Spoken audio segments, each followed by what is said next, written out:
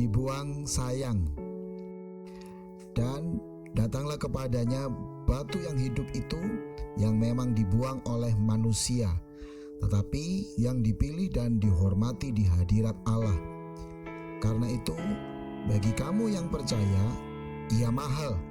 Tetapi bagi mereka yang tidak percaya, batu yang telah dibuang oleh tukang-tukang bangunan telah menjadi batu penjuru, juga telah menjadi batu sentuhan dan suatu batu sandungan.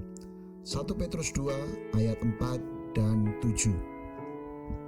Anda pasti pernah melihat dalam ending akhir sebuah film sering ditayangkan scene berupa adegan atau dialog-dialog yang sempat dilakukan tetapi terjadi kesalahan. Biasanya setelah rekam ulang perbaikan, bagian scene yang salah tersebut dibuang. Tetapi bagi sebagian produser lain, hal-hal yang salah tersebut sering ditayangkan kembali di akhir film tersebut dan memberi kesan sebagai tayangan yang lucu. Dan akhirnya secara tidak langsung membuat kita mengerti betapa tidak mudahnya sebuah proses produksi atau recording sebuah adegan film. Itulah sebab mereka menganggap bagian ini dibuang, tapi kok sayang ya. Salah satu bintang yang filmnya sering menunjukkan adegan dibuang sayang ini adalah Jackie Chan.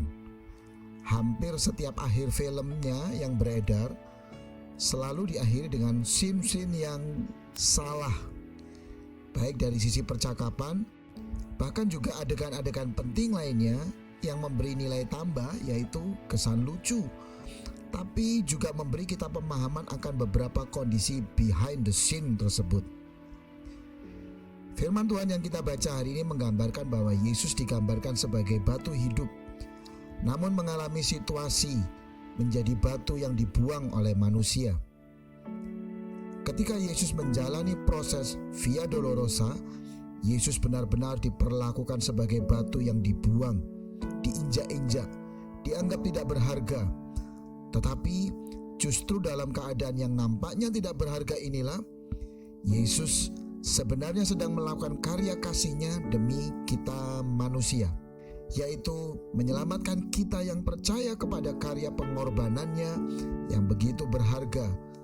Seperti yang tertulis, sesungguhnya aku meletakkan di Sion sebuah batu yang terpilih, sebuah batu penjuru yang mahal, dan siapa yang percaya kepadanya tidak akan dipermalukan. 1 Petrus 2 ayat yang ke-6. Tentu berbeda dengan adegan dibuang sayang sebuah film, yang sebenarnya justru mereka tidak jadi membuang adegan tersebut. Yesus benar-benar mengalami situasi dibuang, menderita, tapi dia rela melakukannya dan bahkan tidak meminta mengganti adegannya. Tujuannya agar kita dapat membangun cerita atau adegan kehidupan kita. Dia rela terbuang agar kita dalam keadaan sulit, merasa terbuang, justru punya keberanian menghampiri sang batu kehidupan yang pernah mengalami dibuang, dianggap tidak terhormat.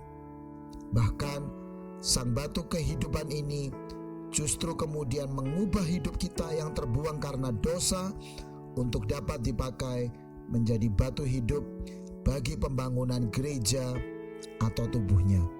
Anda mengerti? Dalam anugerah kasih-Nya, apapun cerita hidup kita, our story berubah menjadi rangkaian cerita Tuhan, His story.